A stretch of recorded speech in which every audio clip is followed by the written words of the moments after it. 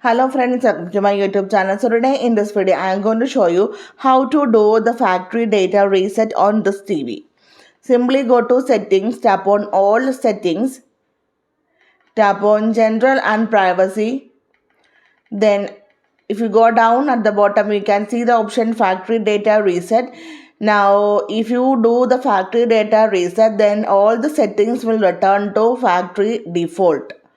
So here I am going to do the factory data reset. For the step on this one, so here we need to enter our PIN.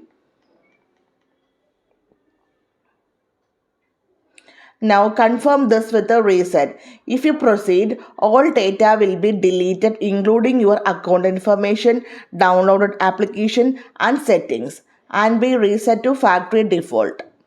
So to do the reset, simply tap on the reset option. So simply in this way we can do the factory data reset on this TV. So hope you guys enjoy this video. Thank you for watching. Thank you. Bye.